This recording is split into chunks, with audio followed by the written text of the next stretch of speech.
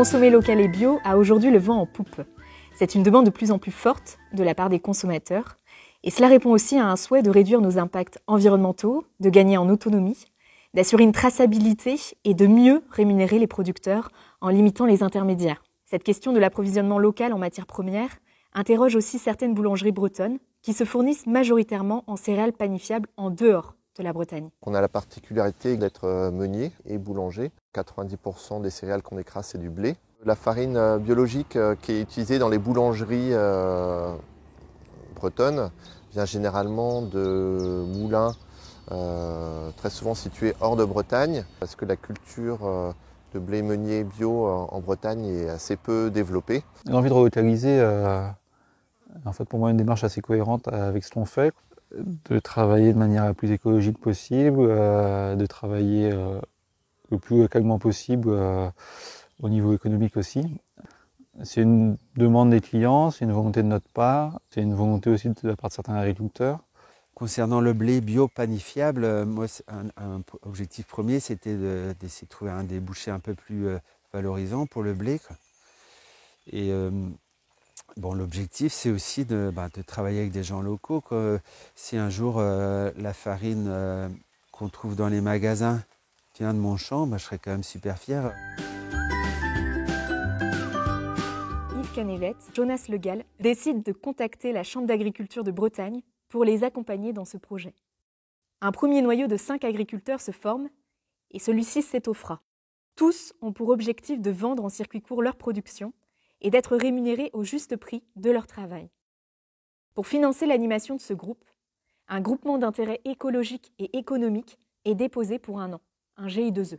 Déjà, il fallait combattre des idées reçues, notamment sur le fait que c'était impossible de faire du bon blé en Bretagne, parce que le climat ne s'y prête pas.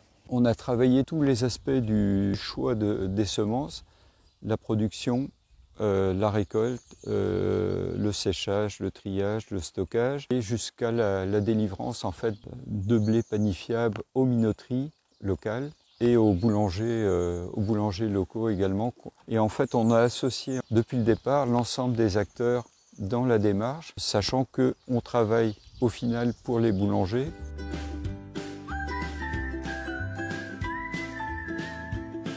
On a mis en place un essai chez moi cette année pour, déjà pour que ça tourne au sein des différents membres des GI2E, que ce soit réparti sur différentes zones du département avec des contextes climatiques différents.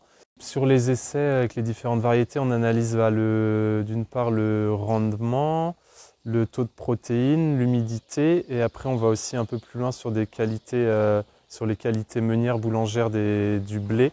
Ici, on est sur une parcelle de 2 hectares de blé meunier. C'est une variété qui a été choisie suite aux essais variétaux parce qu'elle répondait à une problématique de couvrement, de rendement, mais aussi de qualité boulangère.